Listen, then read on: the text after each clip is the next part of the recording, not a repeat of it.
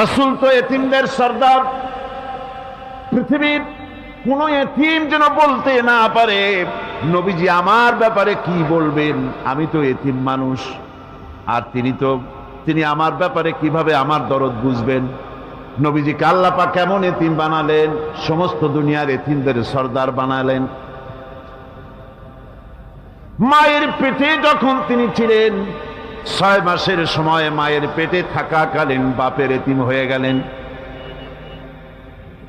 যখন প্রসব বেদনা শুরু হয়েছে মায়ের, দুনিয়ায় যখন তিনি আসবেন, হযরতে আমেনা ঘরের ভিতরে বসে তার অবস্থাটা কি, এই সন্তান পৃথিবীতে আসতে পরে যিনি সবচাইতে বেশি খুশি হবেন তিনি তো আজ দুনিয়ায় নাই। মনের ভিতরে কত কষ্ট। আল্লাহ রাব্বুল আলামিন তার হাবিবকে দুনিয়া আনলেন। রাসূলের দাদা ঘরের সামনে তাঁবুর সামনে দাঁড়ায়া তায়েফ থেকে আগত সাদিয়া গোত্রের লোকদেরকে বলতেছেন, এই ঘরের ভিতরে একটা এতিম বাচ্চা আছে, বেশি টাকা কড়ি দেওয়া যাবে না, যদি দয়া হয় নিয়ে যাও। গরিব মানুষ, এতিম মানুষ দেখে শুনে কেউ আর নিতে চায় না। সবশেষে এলেন ভাগ্যবতী মেয়ে, ভাগ্যবতী মহিলা হযরতে হালিমাতুস সাদিয়া। তিনি এসেছেন, কোনো ছেলে পেলে পায় নাই, সকলের শেষে তিনি এসেছেন। আব্দুল মুত্তালিব বলছেন, এই ঘরের মধ্যে একটা এতিম বাচ্চা আছে, দয়া হলে নিয়ে যেতে পারো। তিনি স্বামীর সঙ্গে পরামর্শ করলেন, এরপরে বললেন যদি দেখতে অন্তত ভালো হয়, মন যদি ভালো লাগে নিয়ে যাব, একেবারে খালি হাতে ফিরে যাওয়ার চাইতে তো ভালো। হযরতে হালিমা বলেন, আমি ঘরের মধ্যে প্রবেশ করলাম, মা আমেনার কোল থেকে শিশু মুহাম্মদ সাল্লাল্লাহু আলাইহি ওয়াসাল্লামকে যখন আমি কোলে নিলাম, আমি হুজুরের চেহারার দিকে নজর করে দেখলাম, আমার কাছে মনে হলো যেন পূর্ণিমার চাঁদটা আমার কোলে ধরা দিয়েছে। রাসূল কি শিশু মুহাম্মদ সাল্লাল্লাহু আলাইহি ওয়াসাল্লাম কি যখন নিয়ে বাড়ির দিকে রওনা হলাম, যে গাধা আমার সকলের পেছনে এসেছে সেই গাধা এখন সকলের আগে ছুটে চলে যায়। এরপরে বাড়ি যখন নিয়ে গেলাম, কুয়ায় পানি বাড়লো, গাছে ফসল বাড়লো, খেজুর গাছে খেজুর বাড়তে লাগলো, জমিনে ফলন বেড়ে গেল। রাসূলের দুধ বোন সায়মা রাসূলকে নিয়ে মুহাম্মদ সাল্লাল্লাহু আলাইহি ওয়াসাল্লাম তাকে দোলনা নিয়ে দোল দিতেছে। কি আশ্চর্য অবস্থা! সায়মা তাকে দোল দিচ্ছে আর বলতেছে, বেঁচে থাকুক মুহাম্মদ সাল্লাল্লাহু আলাইহি ওয়াসাল্লাম, সে দীর্ঘজীবী হোক। কবি লিখতেছেন, কি আশ্চর্য কথা, বেদুইন বালিকা কারে নিয়ে দোল দেয় সে কি তা জানে? বিশ্বনবী মুহাম্মদ রাসূলুল্লাহ সাল্লাল্লাহু আলাইহি ওয়াসাল্লাম এভাবে এতিম অবস্থায় জীবন তার শুরু হলো। যখন তিনি ফিরে এলেন 6 বছর বয়সের সময়, যখন মায়ের কাছে তিনি ফিরে এসেছেন, প্রতিদিন তিনি খেলা দেখতে যান ময়দানে। ইতিহাসের মধ্যে লেখা হয়েছে, মা প্রতিদিন সন্ধ্যার সময় তাকে ফিরে পান। আজকে সন্ধ্যা হয়ে গেছে, শিশু মুহাম্মদ সাল্লাল্লাহু আলাইহি ওয়াসাল্লাম বাড়ি ফেরেন না। কারণ কি, কেন বাড়ি ফেরে না? সন্ধ্যার দিকে তিনি চলে গিয়েছেন পাহাড়িয়া ময়দানে, যে দেখেন ধুধু করতেছে চতুর্দিকে, সন্ধ্যা হয়ে গেছে, অন্ধকার হয়ে গেছে, কোনো ছেলে পেলে নাই, কেউ নাই। পাহাড়ের পাদদেশে বসে শিশু মুহাম্মদ সাল্লাল্লাহু আলাইহি ওয়াসাল্লাম কাঁদতেছেন। মা প্রশ্ন করলেন, বাবারে সন্ধ্যা উত্তীর্ণ হয়ে গেল, কেন একা একা বসে বসে কাঁদো? তিনি বলছেন, মাজি আজ কদিন খেলা দেখতে আসলাম ময়দানে, প্রতিদিন দেখি যখন সন্ধ্যা হয়ে যায় মুরব্বী শ্রেণীর কিছু লোক আসে, ছেলেকে নাম ধরে ডাক দেয়, ছেলেরা দৌড়ে তার বাবার কাছে চলে যায়, আর বাবা ছেলেকে কোলে নিয়ে মুখে চুমা দিয়ে বাড়ির দিকে নিয়ে যায়। আমি আজ কদিন পর্যন্ত এই ময়দানে এলাম, কোনোদিন সন্ধ্যাবেলায় তো কেউ এসে আমাকে মুহাম্মদ বলে একটা ডাক দিল না। আমার আব্বা কি নাই?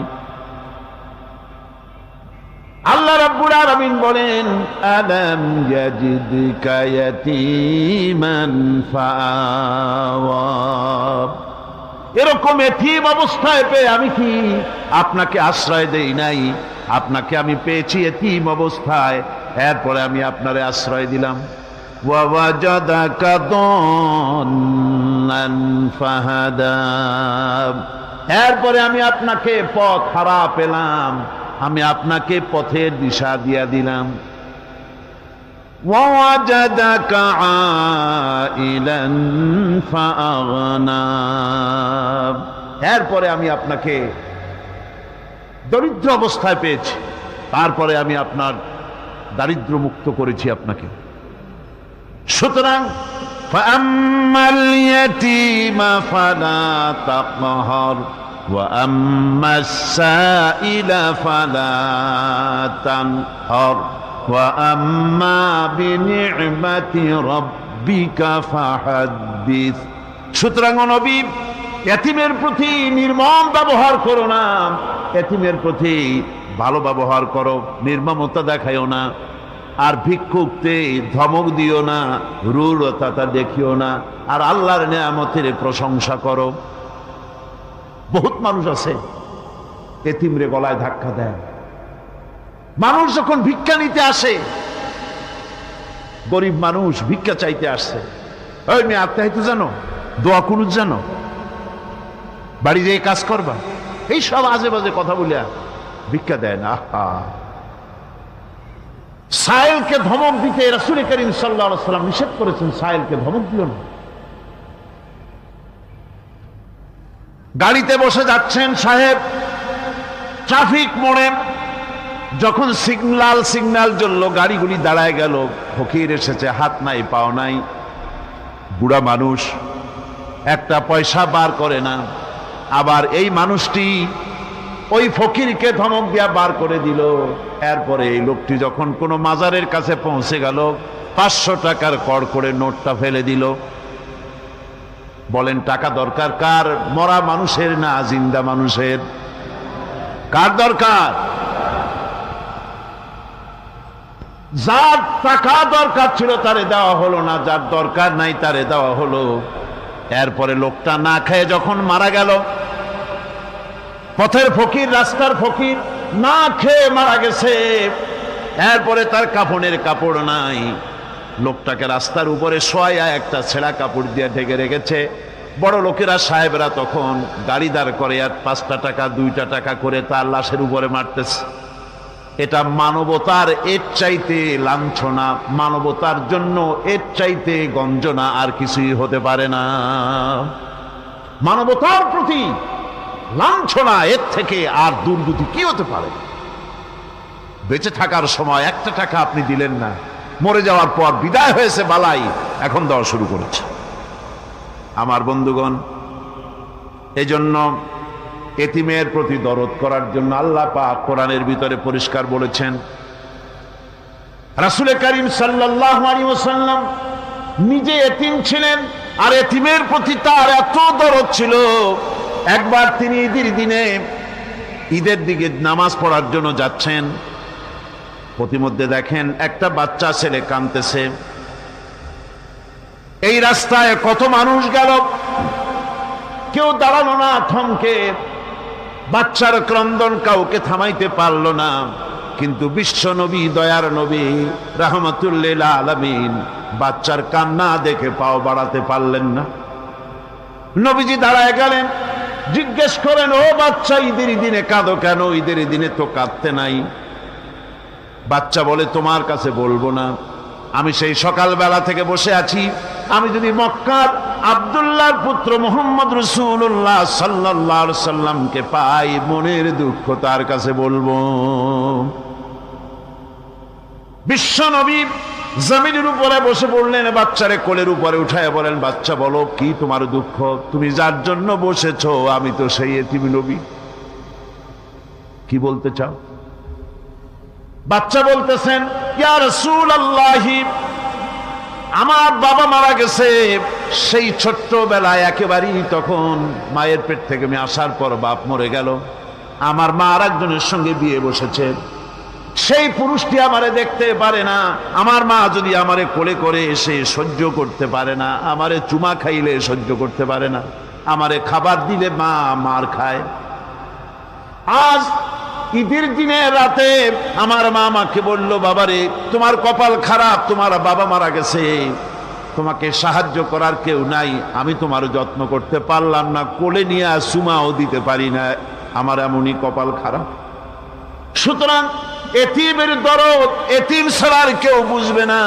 তুমি আজ চলে যাও, ওই রাস্তায়, ঈদের রাস্তায় দাঁড়ায় থাকো, মাঠের রাস্তার পাশে, বিশ্ব নবীর কাছে তোমার দুঃখ বলো, এতিমের দুঃখ তিনি বুঝবেন। আমি মায়ের কথা মতো এই জায়গায় এতক্ষণ বসে আছি। হুজুর, আপনি দয়া করে, আমার কথা তো আপনার কাছে বললাম, আমার মনের এই দুঃখ। নবীজি বাচ্চার কথা শুনতেছিলেন, চোখ দিয়া পানি পড়তেছিল। বাচ্চাকে বুকের সঙ্গে জড়িয়ে ধরে নবীজি বলেন, ও এতিম, মুহাম্মদ সাল্লাল্লাহু আলাইহি ওয়াসাল্লাম যদি তোমার পিতা হন আর হযরতে আয়েশা যদি তোমার মা হয়ে যায়, বলো তোমার মনের দুঃখ মেটে নাকি?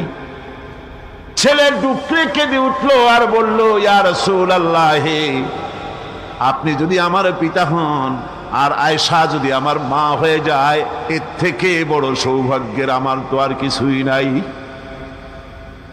নবীজি এতিমকে বাড়ি নিয়ে গিয়ে হযরতে আয়েশার হাতে তুলে দিয়ে বললেন, আয়েশা রে, পবিত্র ঈদের দিনে আল্লাহ রব্বুল আলামিন তোমার জন্য একটা উপহার পাঠিয়েছেন, এটা যত্ন করো।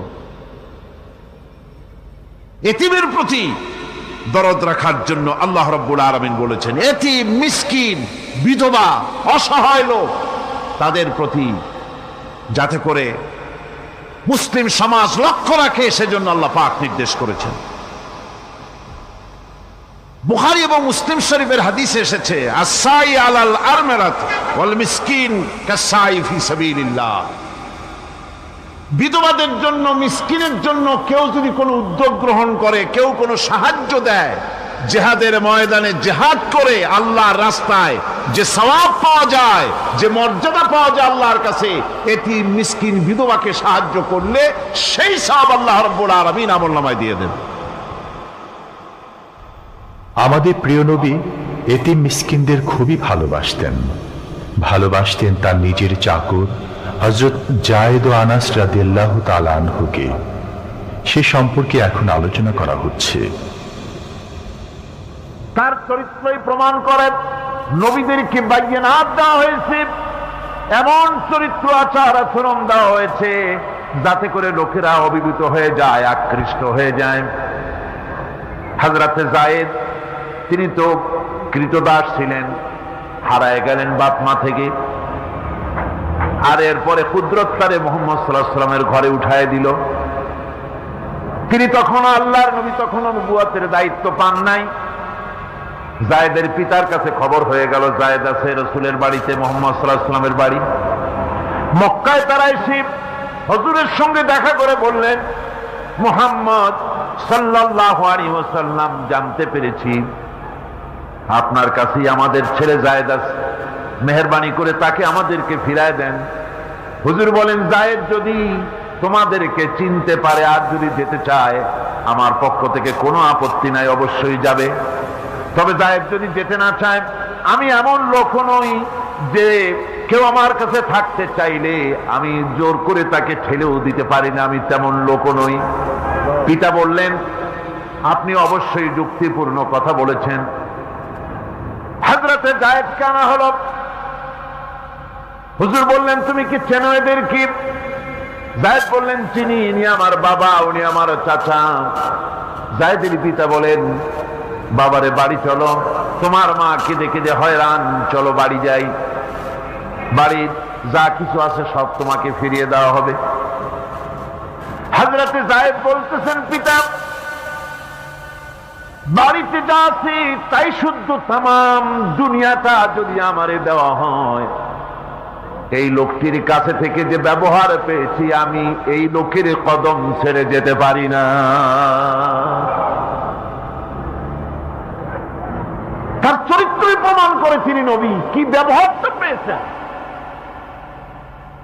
হযরত আনাস রাদিয়াল্লাহু তাআলা আনহু ছোট মানুষ, 8 বছর বয়সের সময় হুজুরের খাদেম হয়ে হুজুরের বাড়িতে আসছেন।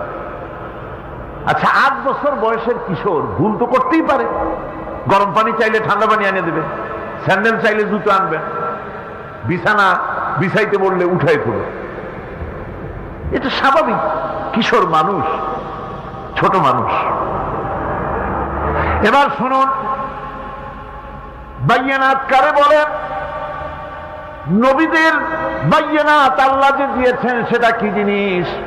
সেটা হলো উন্নত মানের চরিত্র, তার ব্যবহার, ওঠা বসা যা দেখলে মানুষ বুঝতে পারে তিনি আল্লাহর নবী।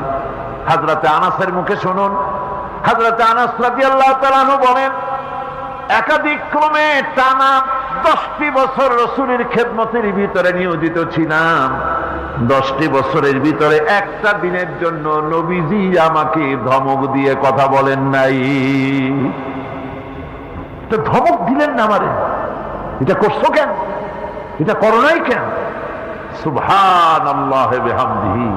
গোটা পৃথিবীর সমস্ত মুমিন মুসলমানদের, পুরুষ আর নারীদের জীবন, কলিজা, রক্ত রাসূলের কদম মুবারক উৎসর্গ হয়ে যায়। মহান রব্বুল আলামিনের কাছে তার হাবিব রাসূলুল্লাহ সাল্লাল্লাহু আলাইহি ওয়াসাল্লামের ছিল বিশেষ মর্যাদা।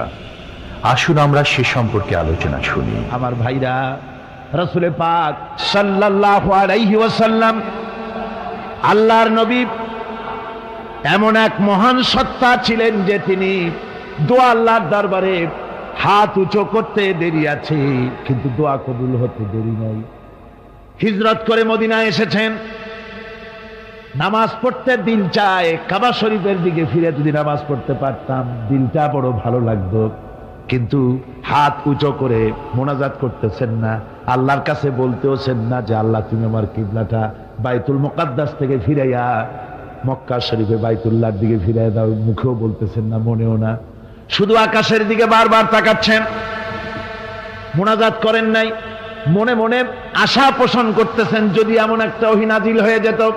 আল্লাহ রাব্বুল আলামিন সঙ্গে সঙ্গে রাসূল জোহরের নামাজ পড়তেছিলেন, 2 রাকাত পড়া হয়ে গেছে, এমন সময় ওহী নাজিল হয়ে গেল, قد نرى تقلب وجهك في السماء। ও নবী, আমি দেখতে পেয়েছি বারবার আপনি আকাশের দিকে তাকাচ্ছেন। সুবহানাল্লাহ, আমি দেখতে পেয়েছি। فلنولينك قبلة ترضاها فول وجهك شطر المسجد الحرام। আর দেরি নাই, আপনার মনের আশা পুরা হয়ে গেছে, এক্ষুনি আপনার কিবলা পরিবর্তন করুন। হুজুর 2 রাকাত পড়েছিলেন বাইতুল মাকদাসের দিকে ফিরে, বাকি 2 রাকাত তিনি মক্কা শরীফের কাবা শরীফের দিকে ফিরলেন। আজও পর্যন্ত সেই মসজিদ আছে, সাক্ষ্য দিচ্ছে নবীর কথা কিভাবে মঞ্জুর হয়। মসজিদে কিবলাতাইন মদিনা মুনাওয়ারায় সে মসজিদ আজও আছে। ভাইরা আমার, রাসূল পাক সাল্লাল্লাহু আলাইহি ওয়াসাল্লাম এত বড় মর্যাদা সম্পন্ন ব্যক্তিত্ব, মহান ব্যক্তিত্বের উম্মতের মধ্যে আল্লাহ আমাদের শামিল করেছেন। শুকরিয়া স্বরূপ আমরা পড়ি আলহামদুলিল্লাহ। জোরে সোরে পড়েন আলহামদুলিল্লাহ। আমার ভাইরা, মর্যাদা এত বেশি আল্লাহ রাসূলকে আল্লাহ রাব্বুল আলামিন দান করেছেন। এই পৃথিবীতে কোন মানুষের সঙ্গে যদি আপনি বেয়াদবি করেন, তিনি আপনার বাপ হোক, তিনি আপনার মা হন, অথবা আপনার উস্তাদ হন, অথবা আপনার পীর হন, যে কেউ হোক না কেন, কারো সঙ্গে যদি কোনো বেয়াদবি হয়ে যায় তো শুধু একটা বেয়াদবি ছাড়া আর কিছুই না। কিন্তু নবীজির সঙ্গে যদি কেউ বেয়াদবি করে, সেটা শুধু বেয়াদবি থাকে না, কুফরি হয়ে যায়। কি হয়ে যায়? কুফরি হয়ে যায়। রাসূলুল্লাহকে কেউ তাওহীন করলে, অসম্মান করলে, সমালোচনা করলে কাফের হয়ে যায়। যারা বলেন কি হয়ে যায়?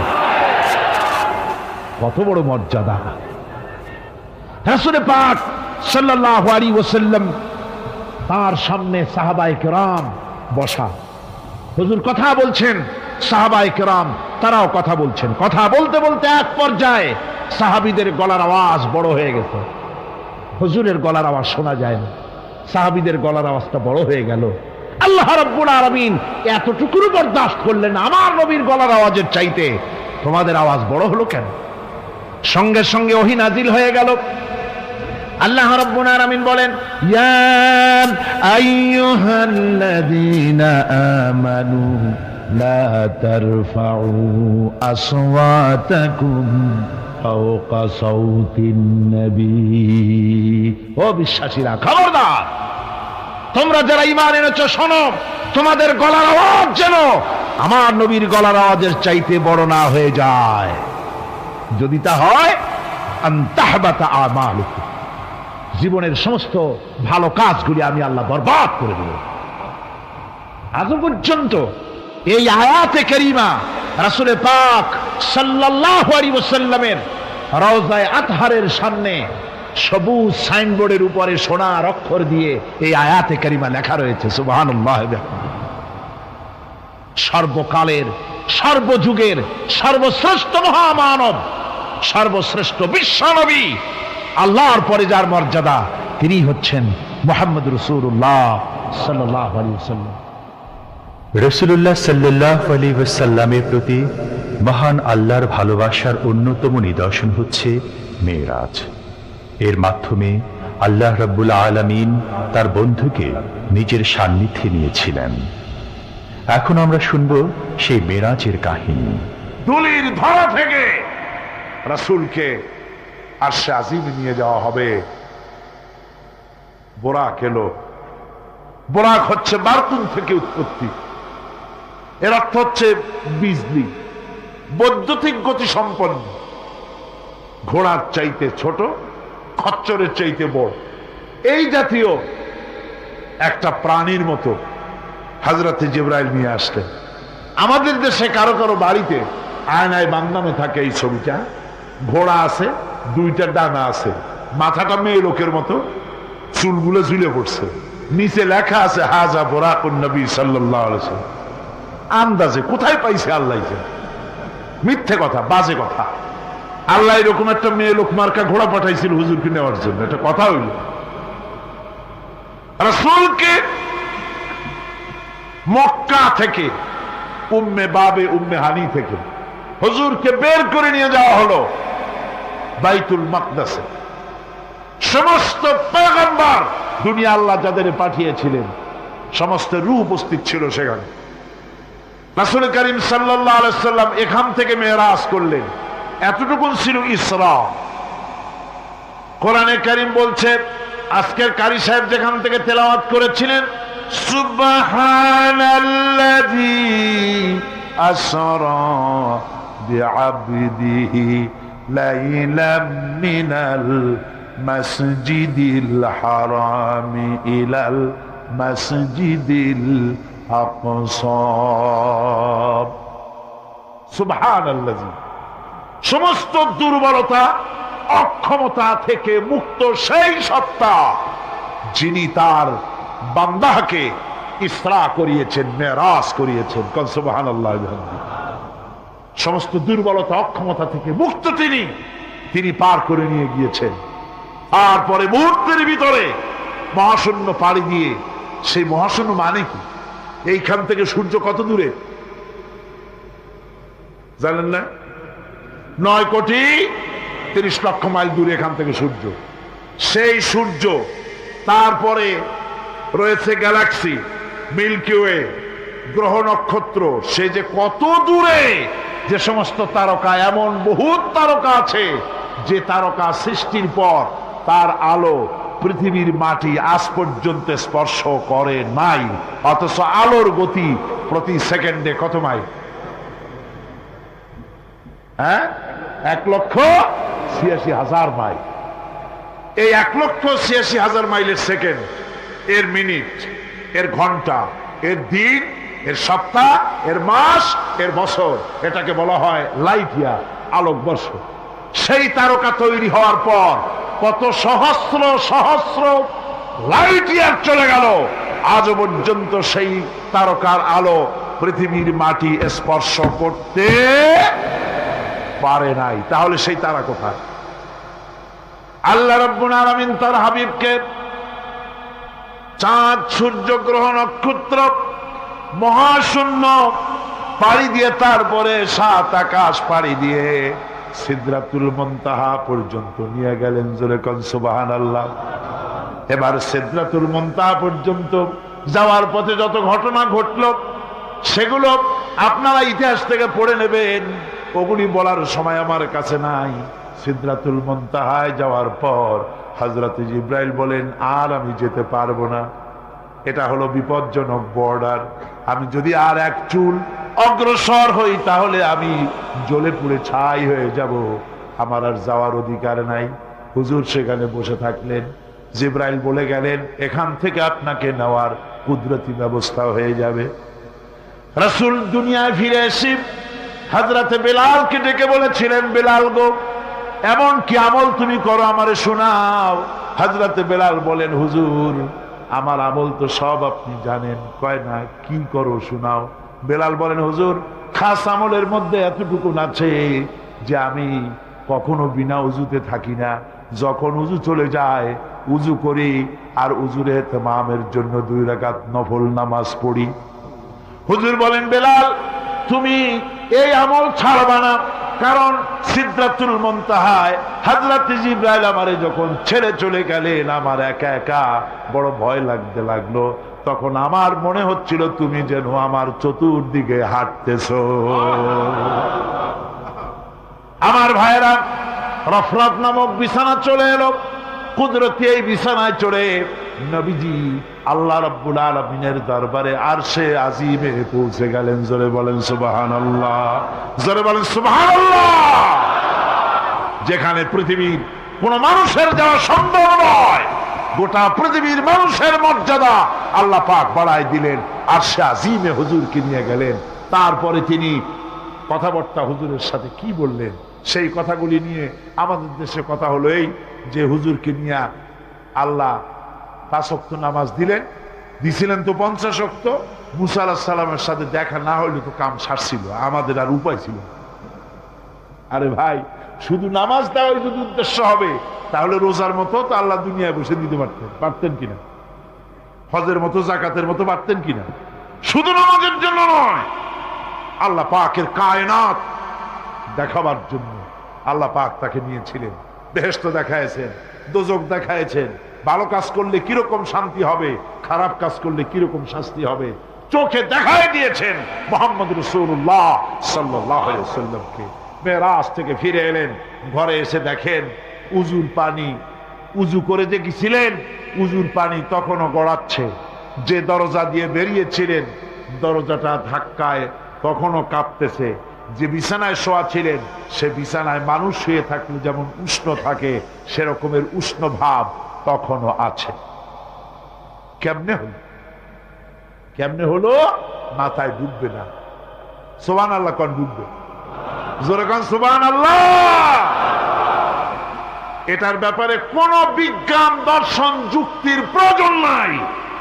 প্রয়োজন শুধু এতটুকু, আল্লাহ তার হাবিবরে নেবেন, কত দ্রুত নিবেন, কত দ্রুত পাঠাবেন এটা তিনিই ভালো জানেন, আমাদের কোনো জানার কথা না, ঠিক কিনা কর। তবে দৃষ্টান্ত যদি চান তাহলে আমি দৃষ্টান্তটা এভাবে দিতে পারি, বুঝাবার জন্য একটা দৃষ্টান্ত দিতে পারি। সেটা হলো এই, ধরেন বাংলাদেশে কোনো প্রেসিডেন্ট আসবে, পৃথিবীর যে কোনো দেশের এক প্রেসিডেন্ট আসবে, এটা আসার যখন খবর হয়ে যাবে তখন পত্র পত্রিকায় রুট বলে দেওয়া হয়, এই রুটে রাষ্ট্রীয় মেহমান রাষ্ট্রীয় অতিথি ভবনে আসবেন, এই রাস্তা দিয়ে সাধারণ ট্রাফিক চলাচল বন্ধ থাকবে। এয়ারপোর্ট থেকে নিয়ে রাষ্ট্রীয় অতিথি ভবন পর্যন্ত মেহমান না আসা পর্যন্ত সমস্ত ট্রাফিক চলাচল বন্ধ। মেহমান পৌঁছে যাবে, তারপরে আবার স্বাভাবিক ট্রাফিক চলবে। এটা জানেন কিনা? এইটা যদি পৃথিবীর সামান্য সলিমদ্দি কসিমদ্দি এই জন্য বলছি, আজ আছে কাল নাই, ঠিক কিনা গণ? আজ মন্ত্রিত্ব গেল, কালকে রাস্তায় দাঁড়ায় বলবে রিকশাওয়ালা আমার একটু নেওয়া, বাজারে মাছ কিনতে যাব, ঠিক কিনা? সুতরাং এদের তো কোনো মর্যাদা নাই, আজ আছে কাল নাই।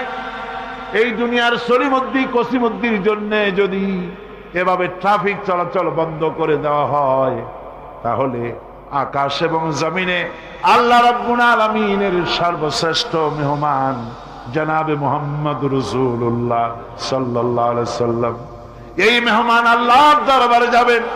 আল্লাহ যদি বলে দিয়ে থাকেন, আল্লাহ যদি হুকুম করে থাকেন, সময়ের গতি, বার্ষিক গতি, আহ্নিক গতি, আকাশের গতি, সূর্যের গতি, সময়ের গতি, রাত ৩:৪৫ 10 সেকেন্ড, এখন সমস্ত গতি স্তব্ধ হয়ে যা।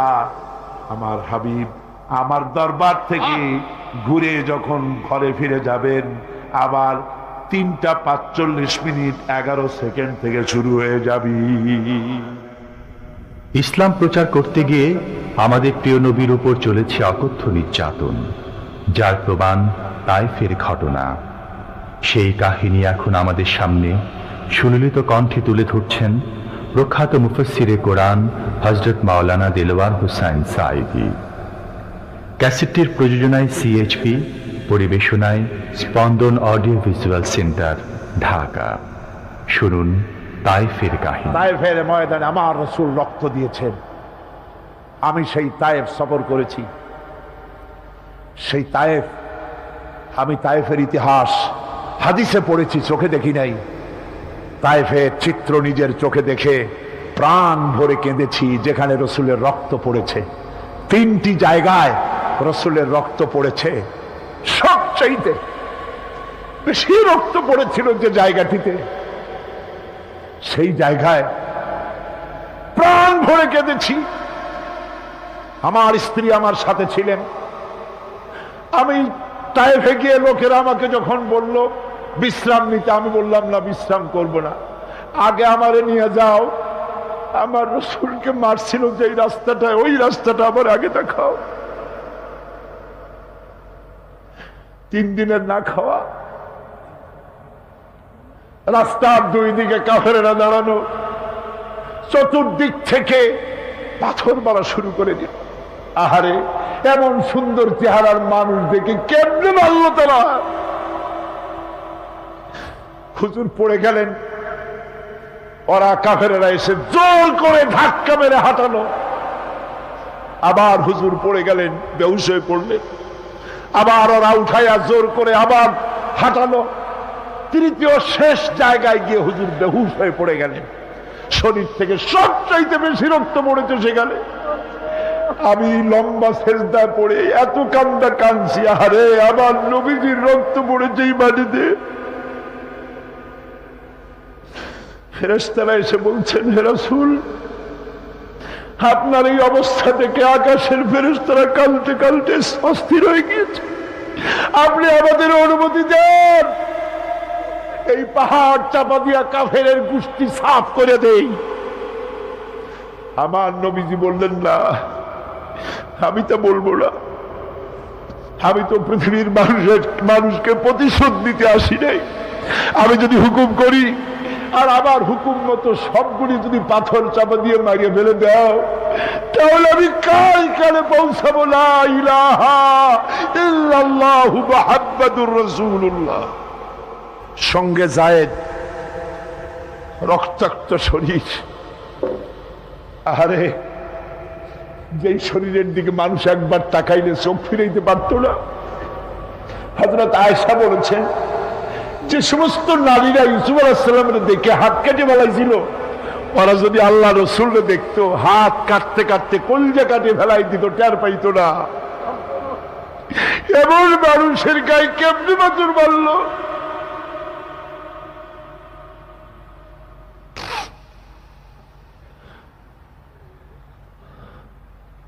রাসূল করিম সাল্লাল্লাহু আলাইহি ওয়াসাল্লাম বসে আছেন, শরীর থেকে রক্ত ঝরছে। বুখারী শরীফে এসেছে, আত্তাস নামক এক যুবক আঙ্গুরের বাগান থেকে 1 গ্লাস আঙ্গুরের শরবত এনে হুজুরের হাতে দিলেন। এত কষ্টের পর 3 দিনের না খাওয়া, ক্ষুধার্ত নবী 1 গ্লাস আঙ্গুরের শরবত সবটুকুন পান করে একটা স্বস্তির নিঃশ্বাস ফেললেন। বললেন তোমার নাম না আত্তাস? তিনি বললেন হ্যাঁ আমার নাম আত্তাস। তোমার বাড়ি হযরত ইউনূস আলাইহিস সালামের গ্রামে? বললেন যে হ্যাঁ আমার বাড়ি ইউনূস আলাইহিস সালামের গ্রামে। যুবক জিজ্ঞেস করলেন হুজুর আপনি কি করে বুঝলেন আমার নাম আত্তাস আর আমার বাড়ি ইউনূস আলাইহিস সালামের গ্রামে? আপনি জানলেন কি করে? হুজুর বললেন আমিও নবী, ইউনূস আলাইহিস সালামও নবী, এক নবীর খবর আর এক নবীর কাছে থাকে। রাসূল গায়ের রক্তগুলি ধুয়ে দুইখানা হাত আল্লাহর দরবারে তুললেন। আজকে দুনিয়ায় কেউ নাই হুজুরের, খাদিজা নাই, আবু তালেবও নাই, রাসূল একা। সাহাবীরা দিনের বেলায় কাফেরদের ভয়তে হুজুরের সঙ্গে দেখা করতে পারে না। হুজুর বলেন আমার ওই কষ্টের সময় খাদিজা নাই। ওই সব পাথরগুলি আমি আজও চিনি, যে পাথরগুলি আমি যাওয়ার সময় রাস্তায় পাথরগুলি আমাকে বলেছে আসসালামু আলাইকা ইয়া রাসূলুল্লাহ। পাথরগুলি আমাকে সালাম করেছে। আল্লাহ পাক আমাকে সান্ত্বনা দিয়ে বলেছেন ইয়া আইয়ুহান নবী হাসবুকাল্লাহ। ও নবী কোন চিন্তার কারণ নাই, আমি আল্লাহ তোমার জন্য যথেষ্ট। আবু জেহেল, আবু লাহাব, উতবা এবং শাইবা সব সময় রাসূল করিম সাল্লাল্লাহু আলাইহি ওয়াসাল্লামের বিরুদ্ধচারণে ব্যস্ত থাকত। তারা মহাগ্রন্থ আল কোরআনের উৎস জানার চেষ্টা করল। এই সম্পর্কে মুহতারাম মাওলানা আলোচনা করছেন। আবু জেহেল, আবু লাহাব, উতবা, শাইবা এরা সবাই রাসূলের ঘরের চার কোনায় দাঁড়িয়ে কোরআনে কারীম তারা আবিষ্কার করতে গেছে যে মুহাম্মদ সাল্লাল্লাহু আলাইহি ওয়াসাল্লাম কোরআনের নামে যে কথাগুলি বলেন এই কথাগুলি তিনি কোত্থেকে আবিষ্কার করেন, কোথা থেকে পান? তিনি কি কোনো কবির কাছ থেকে ট্রেনিং নেন? কোথা থেকে এগুলি পান তিনি? তাই জানার জন্য ওরা গিয়ে, আবু জেহেল যে গিয়েছে আবু সুফিয়ান তা জানে না, উতবা যে গিয়েছে শাইবা তা জানে না, একে অপরের অজান্তে ঘরের চার কোনায় দাঁড়িয়ে আছে। গভীর রাত্রে সরকারে দো আলম আশরাফুল আম্বিয়া নবী মুহাম্মদ রাসূলুল্লাহ সাল্লাল্লাহু আলাইহি ওয়াসাল্লাম তেলাওয়াত করা শুরু করেছেন। এখন বুঝুন, একে তো আল্লাহর কালাম আর তেলাওয়াত করছেন তিনি যার উপরে এটা অবতীর্ণ হয়েছে। একটু আগে যে কারি সাহেব তেলাওয়াত করতেছিলেন কি বলেন, কেমন লাগলো? সুবহানাল্লাহ সুবহানাল্লাহ, মনে হচ্ছিল সারা রাত তেলাওয়াত হোক আর শুনতে থাকি। এখন বুঝুন যে রাসূল নিজে তেলাওয়াত করতেছেন। আবু জেহেল, আবু সুফিয়ান, উতবা, শাইবা আল্লাহর নবীর ঘরের চার কোনায় দাঁড়িয়ে নবীজির তেলাওয়াত করা কোরআনে কারীম শুনতেছে। ওদের মনে মনে চিন্তা জাগলো, আর একটু শুনে তারপরে বাড়ি যাব, আর একটু শুনে নেই তারপরে বাড়ি যাব। এভাবে করে চিন্তা করতে করতে নবীজির মুখে আল্লাহ রাব্বুল আলামিনের কালাম শুনে শুনে চারটা কাফেরের জন্য ফজরের রক্ত হয়ে গেছে। বাড়ি যাওয়া তো দূরের কথা, দাঁড়ানো থেকেও কেউ বসার সময় পায় নাই। কোরআনে কারীমের আকর্ষণ, এ মোহাব্বত মানুষকে এভাবে টেনে আনে। দেখুন, শুধুমাত্র লিফলেট ছড়ানো হয়েছে আর পত্রিকায় একটু এসেছে তাফসীরুল কোরআন মাহফিল হবে। 3 দিনের মাহফিলের প্রথম দিনই মাঠের কাম সারা হয়ে গেছে। এরপরে কাল এবং পরশু কি হাসর হবে আল্লাহ রাব্বুল আলামিন ভালো জানেন। আমার ভাইরা, এই আকর্ষণ আমি বলে থাকি আল্লাহর কসম, এই আকর্ষণ সাইদির নয়, এই আকর্ষণ আল্লাহ রাব্বুল আলামিনের কোরআন মজিদ। এর থেকে যারাই এই কোরআন থেকে মানুষকে বিচ্ছিন্ন করতে চাইবে ওরাই জনগণ থেকে চিরতরে বিচ্ছিন্ন হয়ে যাবে। বন্ধুগণ, আবু জেহেল, আবু সুফিয়ান, উতবা, শাইবা 4 জন রওনা করেছে সকালবেলায়। আবু জেহেল জিজ্ঞেস করছে, আবু সুফিয়ান রে কখন আসছো? কয় অত রাত্রে। উতবা, শাইবা তারাও বলল মুখ রাত্রে। কেউ কোনো কথা বলে না। আবু সুফিয়ান বলছে, ভাই আবু জেহেল, যদি তুমি রাগ না করো একটা কথা কই। হ্যাঁ বলতে পারো। দেখুন, এই যে সারা রাত ধরে মুহাম্মদ সাল্লাল্লাহু আলাইহি ওয়াসাল্লামের মুখে আল্লাহর কালাম শুনলাম, আমার মনের বিশ্বাস, লাত মানাতের কসম করে বলতে পারি এই কথা মানুষের বানানো হতে পারে না। এটা কোন ঐশ্বরিক বাণী হবে, এটা মানুষের। আবু জেহেল বলছে, দেখো ওই কথা তো আমারও, কিন্তু মুশকিল হলো এই, আমরা হলাম লিডার, আমরাই যদি এতে আকৃষ্ট হয়ে পড়ি তাহলে তো আবু বকর ওমরের মতো আমরাও পাগলামি করে বসবো, আমরা ওই দলে চলে যাব, আমরাও মুসলমান হয়ে যাব। সুতরাং আমি বুঝতে পেরেছি তোমাদের কোরআন শোনার পাগলামিতে ধরেছে, তোমরা আমার হাতে হাত দাও, তওবা পড়ো, এই জায়গায় কোরআন শুনতে আর কোনো দিন আসবে না। কি করবে? ইচ্ছের বাইরে নেতাকে খুশি রাখতে হয়, তাই বাধ্য হয়ে সবাই তওবা করল। তওবা করে বাড়ি চলে গেছে। সন্ধ্যা যখন পার হয়ে গেল, আবু সুফিয়ান ভাবলো আবু জেহেল নিজেই যখন তওবা পড়িয়েছে, সে তো আর আসবে না, আর উতবা সাইবা আবু জাহেলের ভয়তে যাবে না। আমি আজকে একা একা মুহাম্মদ সাল্লাল্লাহু আলাইহি ওয়াসাল্লামের ঘরের কোনায় গিয়ে প্রাণ ভরে কালামুল্লাহ শুনবো। উতবাও তাই ভেবেছে, সাইবাও তাই ভেবেছে। এদিকে আবু জেহেল মনে মনে ভাবলো, ওরা তিনজনে আমার হাতে তওবা পড়েছে, আমার নেতৃত্বের প্রভাব, আমার ভয়তে ওরা কেউ আসবে না। আজকে একা আমি মজা করে সারা রাত শুনবো মুহাম্মদ সাল্লাল্লাহু আলাইহি ওয়াসাল্লামের মুখে আল্লাহর কালাম। গত রাত্রের মতো আজও সব হাজির হয়ে গেছে ঘরের কোনায়, আসবেই, এটাই তো স্বাভাবিক, আসাটাই স্বাভাবিক। গত বছর কোরআনে কারীমের তাফসীরের মাহফিলে বাধা দিল, একটা পত্রিকায় দেখলাম হরতালও সফল, তাফসীরও সফল। তো আমি দেখলাম যে হেডিংটা তো খুব ভালোই, খবরটা পড়লাম, দেখলাম একটা প্রতিবেদন লিখেছেন তিনি লিখলেন যে কোরআন বিরোধীরা তারা হরতালের ডাক দিল। এখন আজকাল পাগলে ডাক দিলেও হরতাল হয়ে যায়, কে তার দামি গাড়িটা রাস্তায় বের করে ভাঙবে? হরতালের ডাক দিয়েছে তো হরতাল হলো, কল কারখানা বন্ধ হয়ে গেল, দোকানপাট বন্ধ হলো। এখন কল কারখানার শ্রমিক আর দোকানপাটের শ্রমিক আর মালিক, সারা দিনে কোনো কাম নাই, সব তাফসীরের মাহফিলে হাজির। কথা বুঝলেন?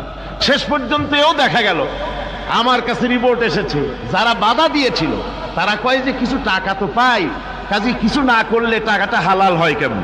শেষ পর্যন্ত ওরাও চাদর মুড়ি দিয়া তাফসীরের মাহফিলের কোনায় ওরাও দাঁড়ায় গেছে। সুবহানাল্লাহি বিহামদি। এটা কোরআনের আকর্ষণ, এর থেকে মানুষকে ছুটানো যায় না, মুসলমানকে এর থেকে বিচ্ছিন্ন করা যায় না। চারো কাফের আজও এসে হাজির হয়েছে রাসূলের চার কোণে, একে অপরের অজান্তে। এরপরে রাত যখন শেষ হয়ে আসে, তখন আবু জেহেল মনে করলো আর দাঁড়ানো ঠিক না, আবু সুফিয়ান, উতবা, সাইবা ওরাও মনে করলো আর দাঁড়ানো ঠিক না। তখন অন্ধকারের ভেতর দিয়ে ছুট দিয়েছে যার যার বাড়ির দিকে। এখন অন্ধকারের মধ্যে ছুটতে গিয়ে একজন আর একজনের মধ্যে ঠেলে উঠেছে।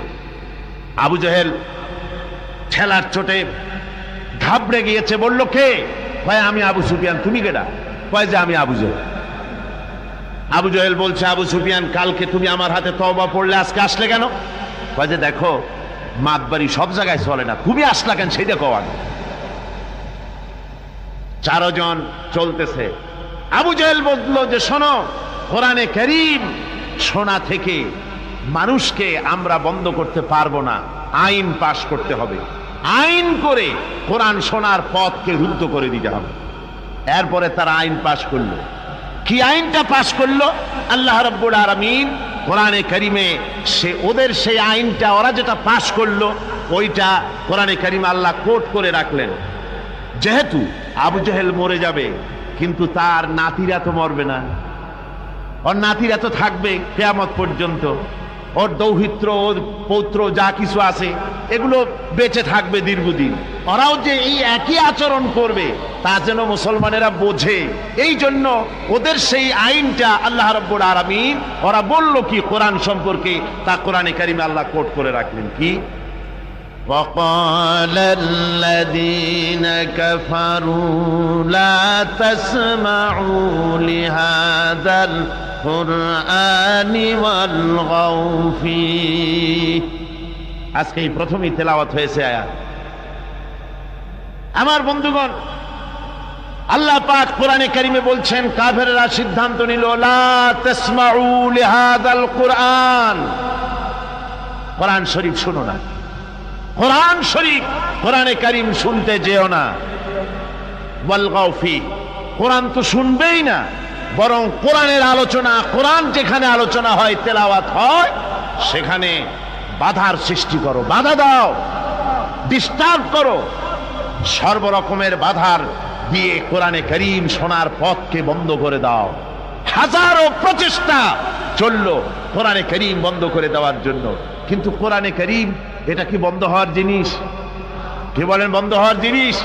ওরা বলল কি, যে যদি ডিস্টার্ব করো, যদি এভাবে বন্ধ করে দিতে পারো, তাহলে তোমরা জয়ী হতে পারবে। আর যদি কোরআনের আন্দোলন চলে, তাহলে তোমরা জয়ী হতে পারবে না, তোমাদের ক্ষমতা শেষ হয়ে যাবে। আমার ভাইরা, রাসূল পাক সাল্লাল্লাহু আলাইহি ওয়াসাল্লাম হজের মৌসুম এলো, কাবা শরীফের কোনায় বসে তেলাওয়াত করতেছেন। আবু জেহেল করেছে কি, ঘরে বাইরের থেকে যত হাজিরা এসেছে হজ করতে, ওদের তাঁবুতে গিয়ে গিয়ে বলছে, শোনো, আমাদের দেশে একটা পাগল, নাম তার মুহাম্মদ, নাউযুবিল্লাহি মিন যালিক, বলছে নাম তার মুহাম্মদ সাল্লাল্লাহু আলাইহি ওয়াসাল্লাম, তাকে জেনে ধরেছে, খবরদার তার কথা শুনতে যাও না, সে একটা পাগল মানুষ, তার কাছেও যাও না, কি বলে তাও শোনো না।